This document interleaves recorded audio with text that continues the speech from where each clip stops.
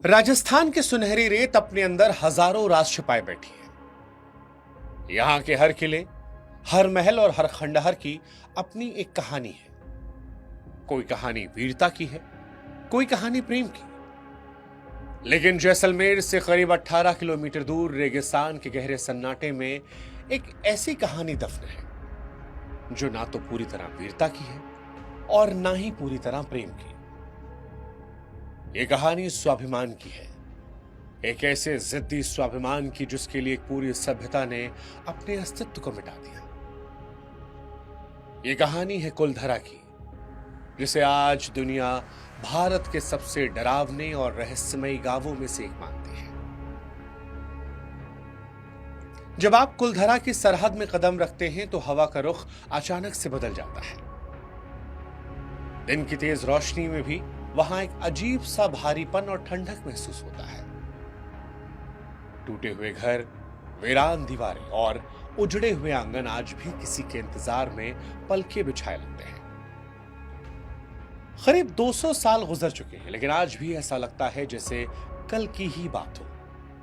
जब यहां खेल रहे थे बच्चे, औरतें पनघट से पानी ला रही थी, चौपालों पर बुजुर्गों की हंसी गूंज रही थी। फिर एक रात सब कुछ बदल गया। एक ऐसी काली रात आई जिसकी सुबह आज तक नहीं हुई।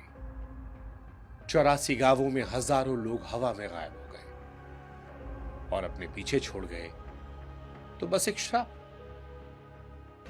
श्राप जो कभी खत्म नहीं हुआ, साथ ही वो सन्नाटा जो मौत से ज्यादा बदतर रहा।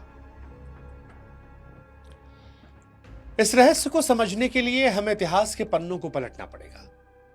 ऐतिहासिक रिकॉर्ड से बताते हैं कि कुलधरा की स्थापना करीब 13वीं सदी के आसपास हुई थी। इसे पालीवाल ब्राह्मणों ने बनाया था, जो मूल रूप से पाली क्षेत्र से माइग्रेट होकर यहां पहुंचे थे।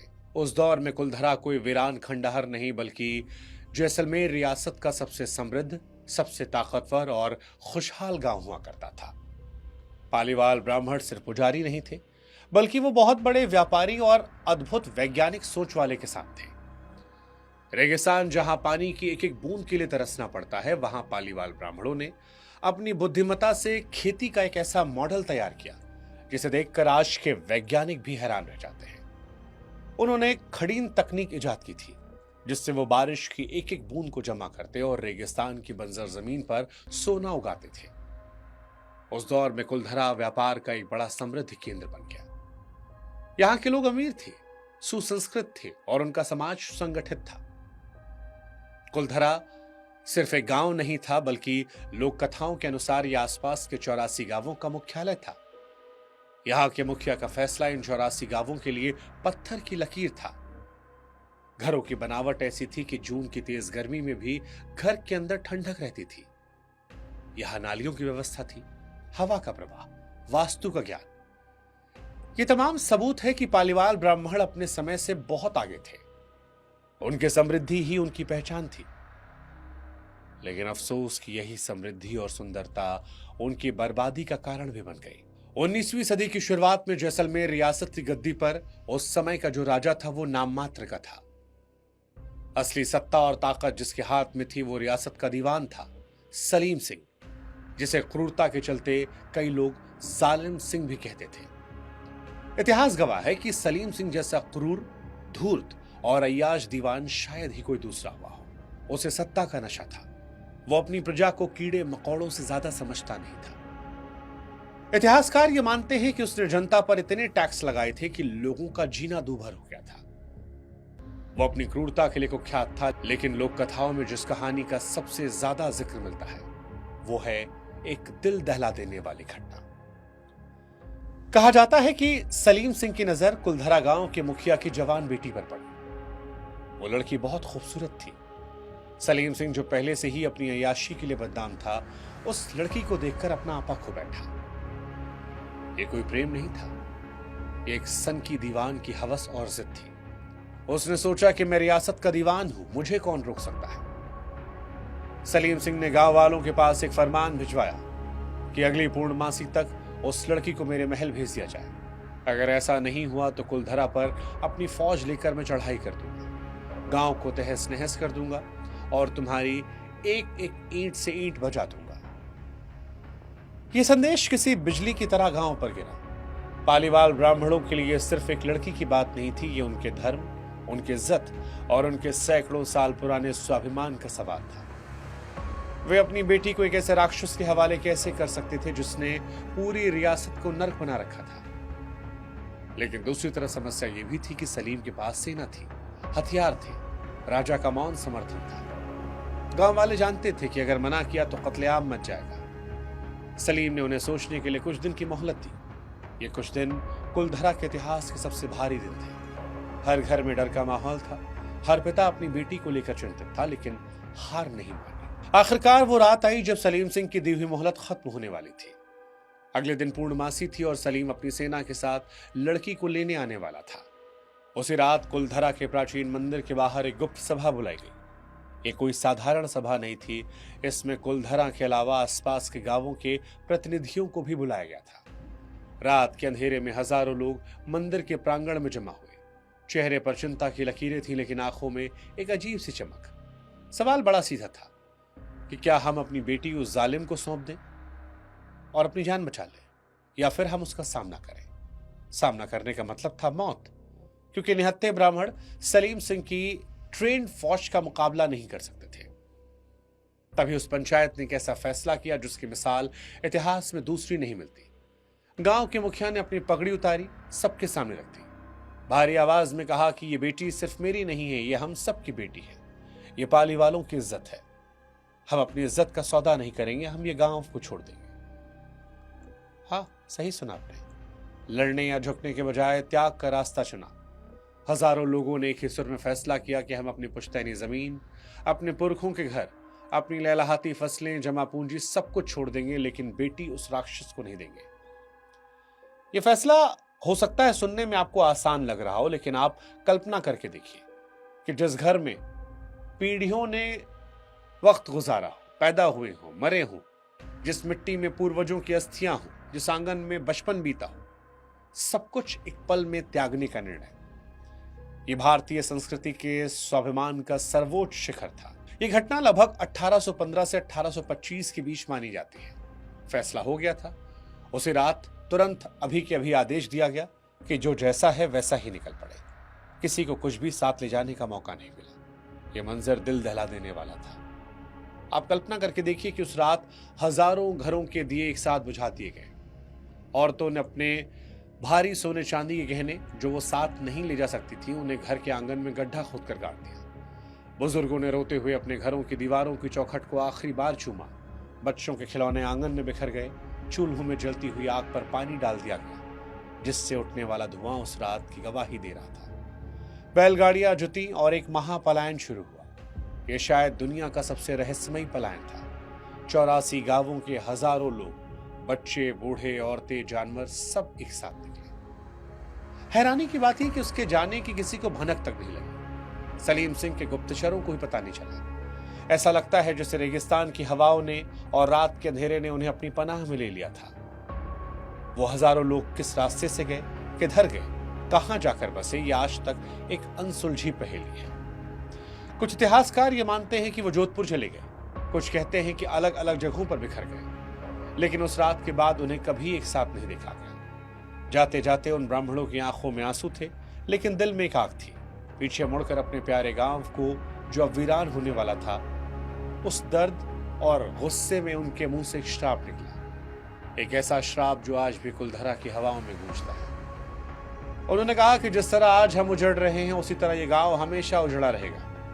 आज के बाद कोई भी यहां बस नहीं पाएगा। जो यहां रहने की कोशिश करेगा वो बर्बाद हो जाएगा। उनका यह श्राप इतना शक्तिशाली था कि अगले दिन सलीम सिंह जब अपनी फौज लेकर पहुंचा तो गांव में सन्नाटा मिला। खाली घर, खुली हुई खिड़कियां, उड़ती हुई धूप, न कोई इंसान न परिंदा। सलीम का घमंड चूर चूर हो गया। न लड़की मिली न प्रजा, उसे मिली तो बस एक वीरान रियासत और ब्राह्मणों का शाप। अब यहाँ एक सवाल उठता है जो इतिहासकार और तर्कवादी अक्सर पूछते हैं कि क्या यह वाकई में श्राप था? कुछ इतिहासकार ये मानते हैं कि सलीम द्वारा बढ़ाए गए भारी भरकम टैक्स और पानी की किल्लत के चलते गांव वालों को गांव छोड़ना पड़ा।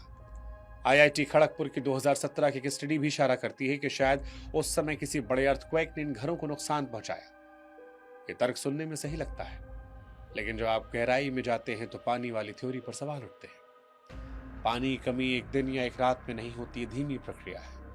अगर सूखा पड़ता तो लोग धीरे धीरे पलायन करते। एक साथ 84 गांव रातों रात खाली नहीं होते। पालीवाल तो जल संरक्षण के मास्टर थे। उनके बनाए हुए तालाब और कुएं आज भी जिंदा हैं। दूसरी बात यह कि जब लोग पानी की कमी से जाते हैं तो अपने घरों को उजाड़ कर नहीं जाते, वे वापस आने की उम्मीद रखते हैं। लेकिन कुलधरा के घरों को देखकर ऐसा लगता है कि लोग ऐसे गए जैसे उन्हें पता था कि अब कभी वापस नहीं आने वाले। इसीलिए विज्ञान अपनी जगह पर, लेकिन स्वाभिमान वाली कहानी का वजन ज्यादा महसूस होता है। पालीवाल ब्राह्मणों के जाने के बाद सलीम सिंह ने बहुत कोशिश की गांव को दोबारा बसाया जाए। उसने दूसरे लोगों को वहां भेजा, लेकिन कहते हैं कि जो भी वहां रहने गया वो एक रात टिक नहीं पाया। किसी के घर में आग लग गई, कोई बीमारी से मर गया, कोई डर के मारे भाग गया। धीरे धीरे लोगों को यकीन हुआ कि कुलधरा इंसानों के लिए रहने लायक नहीं बचा। वक्त बीतता गया, 100 साल, 200 साल, लेकिन आज भी कुलधरा वैसे ही वीरान है। समय वहां थम गया है। आज वहां जाने पर आपको टूटे हुए मकानों की कतारें दिखती हैं। ऐसा लगता है जैसे घर के लोग अभी अभी बाहर गए हैं और वापस आने वाले हैं, लेकिन वो कभी नहीं आए। उस श्राप का असर सिर्फ उस जमाने तक सीमित नहीं रहा। आज के आधुनिक दौर में भी कुलधरा अपनी डरावनी कहानियों के लिए जाना जाता है। कई बार पैरानॉर्मल एक्सपर्ट्स ने वहां रात बिताने की कोशिश की। सबसे प्रसिद्ध घटना 2013 की है, जब दिल्ली की इंडियन पैरानॉर्मल सोसाइटी के गौरव तिवारी और उनकी टीम ने रात बिताई। उनके पास आधुनिक मशीनें थीं जो नकारात्मक ऊर्जा को मापती थी। अपनी रिपोर्ट में बताया कि रात के 12 बजते ही तापमान गिर गया। रेगिस्तानी गर्मी में कड़ाके की ठंड लगी। उनके टेंट के आसपास किसी चलने की आवाजें आईं। लेजर बीम से देखने पर परछाइयां दिखाई पड़ी। ये डरावना अनुभव था कि रिकॉर्डिंग में उन्हें किसी बात करने की आवाजें मिली, जबकि वहां उनके अलावा कोई नहीं था। किसी ने कान में फुसफुसाते हुए कहा कि जाओ यहां से। टीम के सदस्यों को खरोंची आई और ऐसा लगा कि मानो कोई धक्का दे रहा है। हालांकि इसका कोई ठोस सबूत नहीं मिला, लेकिन उस रात के अनुभव ने टीम को हिला कर रख दिया था। श्राप सिर्फ गांव तक सीमित नहीं रहा। उस दीवान सलीम सिंह का भी अंत बहुत बुरा हुआ। पालीवालों के जाने के बाद रियासत की आर्थिक स्थिति चरमरा गई, क्योंकि खजाना भरने वाले चले गए थे। सलीम सिंह का अत्याचार और बढ़ता गया। अंत में उसे कर्मों की सजा मिली। वैसे ऐतिहासिक रिकॉर्ड उसकी मौत पर बहुत साफ नहीं है, लेकिन लोक कथाएं कहती हैं कि उसके ही लोगों ने उसके खिलाफ साजिश रची थी और उसे जहर देकर मार डाला, या किसी बीमारी से वो सड़कर मरा। कई कहते हैं कि ब्राह्मणों का श्राप उसे ले डूबा। उसका आलीशान महल, जिसे मोती महल या सलीम सिंह की हवेली कहते थे, वो आज भी जैसलमेर में मशहूर है।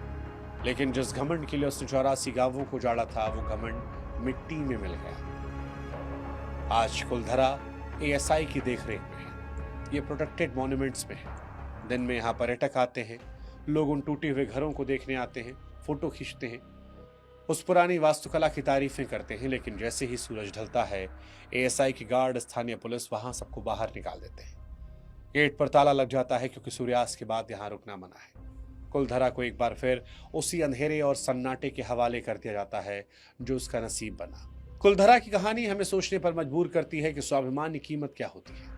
आज हम छोटी छोटी बातों पर समझौता कर लेते हैं, लेकिन पालीवाल ब्राह्मणों ने अपनी इज्जत के लिए अपनी पूरी दुनिया को कुर्बान कर दिया था।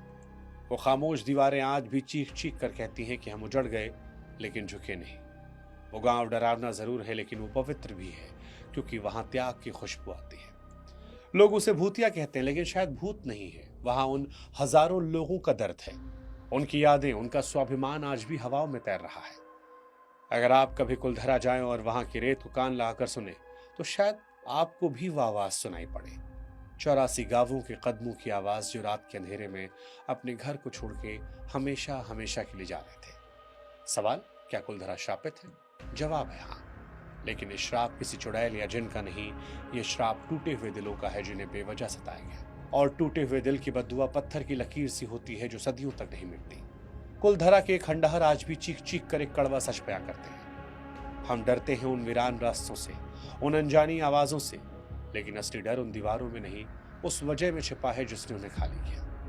अगर पूरा समाज एक रात में मिट सकता है, तो सवाल भूतों का नहीं, सवाल सत्ता का है। क्योंकि भूत तो शायद कहानियों में होते हैं, लेकिन सत्ता का अहंकार हकीकत में बस्तियां उजाड़ता है। फैसला आपका, कौन ज्यादा डरावना है? वो 200 साल पुराना श्राप या वो जिंदा अहंकार? अपनी राय कमेंट सेक्शन में लिखिएगा। क्योंकि इतिहास गवाह है, जब जब सत्ता हदें पार करती है तो कुलधरा जैसे खंडहारे बजते हैं। क्राइम बुक की इस कहानी में फिलहाल इतना ही। ऐसी और कहानियों के लिए आप क्राइम बुक के साथ जुड़े रहिएगा, और अगर अब तक हमें सब्सक्राइब नहीं किया है जरूर कर दीजिएगा।